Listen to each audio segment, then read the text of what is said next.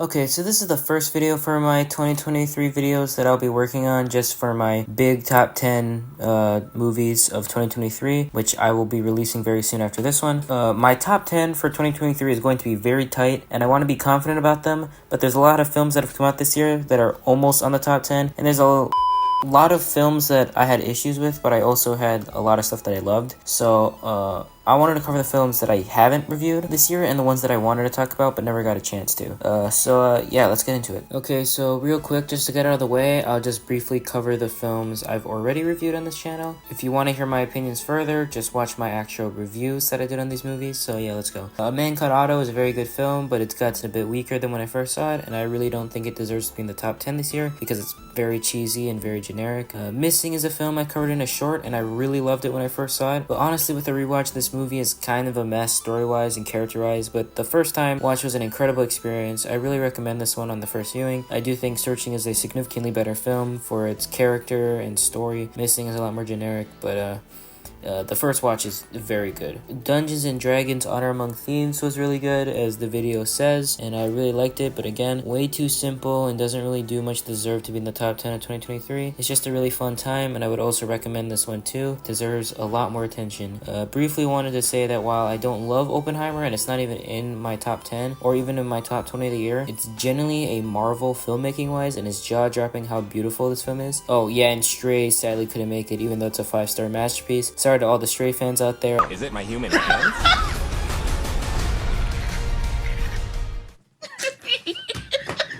I can't cover it as it's too good and I don't have any words to describe how incredible it is. In this video, I'm going to cover all the films that I feel like deserve to be mentioned. That might include films that I don't really like but still have moments that were highlights of the year, as well as films that everyone loves but I don't really get. So let's get into it.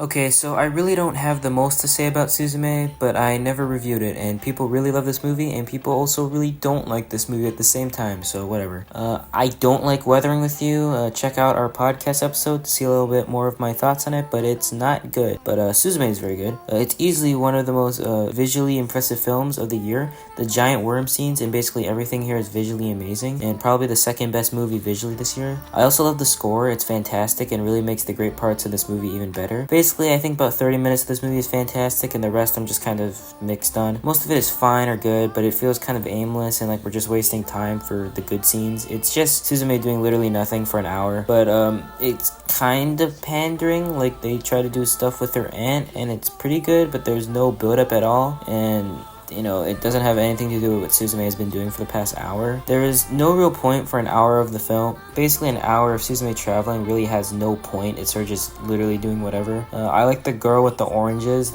She's pretty cool. Oh, and I'm gonna mess this up, but the guy with the messed up car, very cool. He's the best character in the movie. He just drives around with his broken car and does nothing else, but he's really cool, so whatever. Anyways, the giant worm scene halfway through is one of the best scenes of the entire year. It's absolutely breathtaking visually. Score peaks with the incredible roaring and terrifying music. The stupid cat is at its peak during the scene. He's pure evil, and it's so awesome having the world become a giant monster that covers the entire city and no one can see it. The ending is also great with some neat callbacks with Suzume and her aunt traveling back and revisiting all the people she went along with throughout her journey throughout the movie. That was pretty neat. Oh, and I won't spoil it, but Suzume pulls a pretty pro gamer move, and it's the second best scene in the movie, and it has nothing to do with our other main guy and her. And now I have to talk about this incredibly investing relationship. Yay.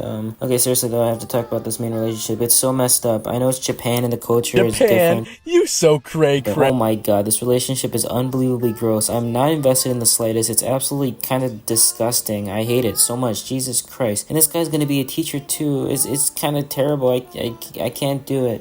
But yeah, the ending is pretty cool, I guess. And I'm kind of glad it ends with them being friends, even though, you know, it's kind of implied they don't, but whatever. Whatever. It was good. High 7 out of 10. Moving on. Alright, so this is a film that will definitely get nominated for Best Picture. I'm calling it right now because people absolutely love this movie. It did create one of the best Letterboxd reviews ever made by, I don't know how to pronounce this, but this person on screen. Good review. Good job. Anyways, after I've read so much about this movie, my main takeaway is that I will probably love this movie in like 10 years, much like other films like Lady Bird, because the main thing that people like about this film seems to be how relatable and how connectable Much like other films, like Lady Bird, the main thing that people like about this film really seems to be how relatable and how connectable people relate to the two main characters, which I kind of see. Now, it's not really for me. The romance genre is one of my least favorite genres in film, but this was a very good film that I really enjoyed. But there's nothing, in my opinion, that's that groundbreaking. It was paced kind of perfectly, had some great writing, an incredible ending, and some great cinematography and acting, but it's just way too simple for me. Like, I get why people love this so much, but again, it's just not for me. There just wasn't a ton of things that clicked during the film that made me really enjoy it. Well, once again, it's just really not for me. That's my main reason.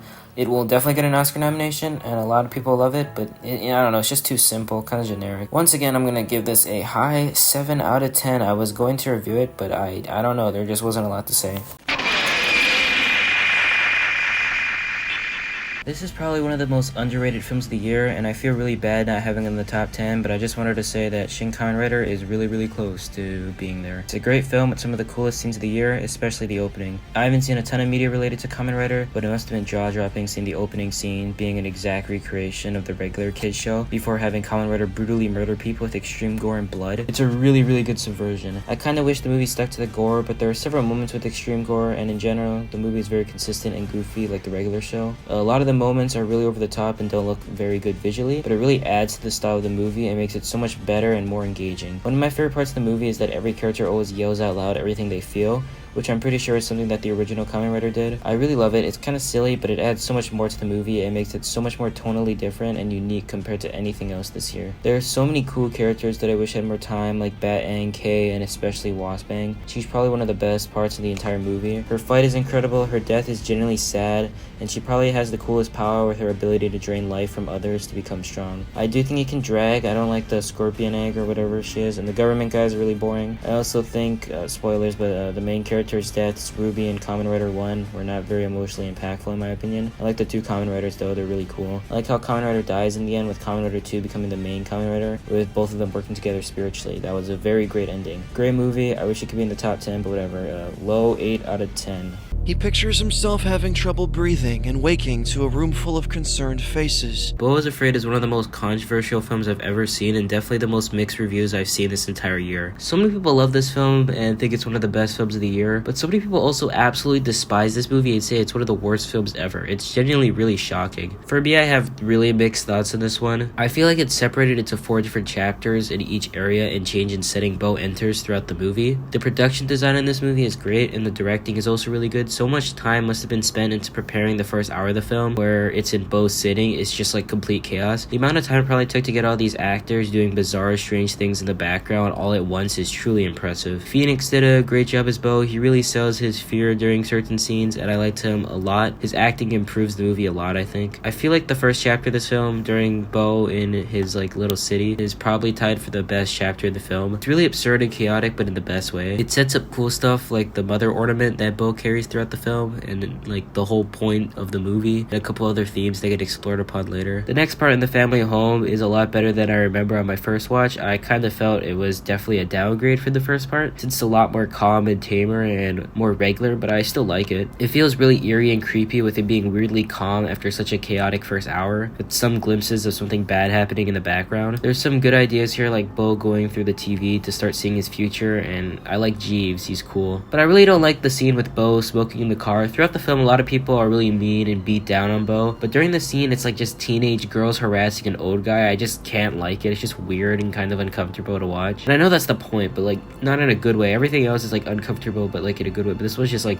it's just weird, I guess. Anyways, after the first hour 40 or so, the third part is the shortest, but it's my favorite, being only like 30 minutes. And it's definitely the best and has one of my favorite scenes of the entire year. The scene with Beau in the play is beautiful and one of my favorite scenes of the entire year. It tells a extremely long story of Beau's life in a different lens. It has this beautiful idea of the play with like there being moving set pieces throughout. Beau sees himself getting separated from his family before reuniting with them 40 years later. It genuinely got me emotional. It's really fantastic stuff. I think up until this point, for the first 2 hours, the movie is generally really great. It has a few problems, but I love it a lot, especially scenes like Beau fast forwarding towards the future and definitely the play scene, which could be a short film in itself. But then the last hour happens and I got some real issues with it now. There's of course that adult scene I'm gonna briefly talk about, and it's okay, but it's a theme that I really wish was actually explored, since it really doesn't make sense how she died and they refuse to explain it. I'll hop around spoilers, but I just feel this twist wasn't built up enough and it's really weird and out of nowhere. I don't know, the ending is still really good. After all this fear, Beau accepts and stops fearing his death. That's a very good ending, but I don't think the last hour really worked. It's just kind of a mess, and if they wanted to explore those themes, the movie should have focused more on that than just being a complete chaotic mess at the start. But like,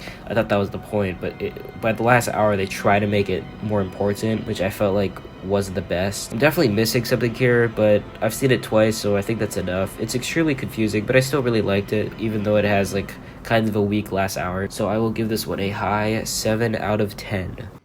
Now, are you a rusher, or are you a dragger, or are you gonna be on my fucking time? BlackBerry is a movie about the silly phone thing. I don't know, I really like this. It's a great movie with great performances and excellent writing. It can drag at points, but in general this was great from start to finish. It was actually originally supposed to be in the top 10 for 2023, but I cut it for something else, so yeah. I'm kinda glad because I don't really have a lot to say about this movie. There really aren't many issues, I guess. I could say it's a bit like Whiplash, and Jim is kinda similar to Terrence Fletcher, but nowhere near as good. I like Doug, he's literally me, and then canceling movie night is an extremely funny joke, and them quoting the movies while they watch them is so much fun. It's sometimes really serious and powerful, and it's also a pretty funny movie at the same time. It's a bit like Barbie, but nowhere near as serious and powerful, and especially nowhere near as funny. I don't know, it's some great stuff, and definitely one that you should watch. I'm going to give this a solid 8 out of 10.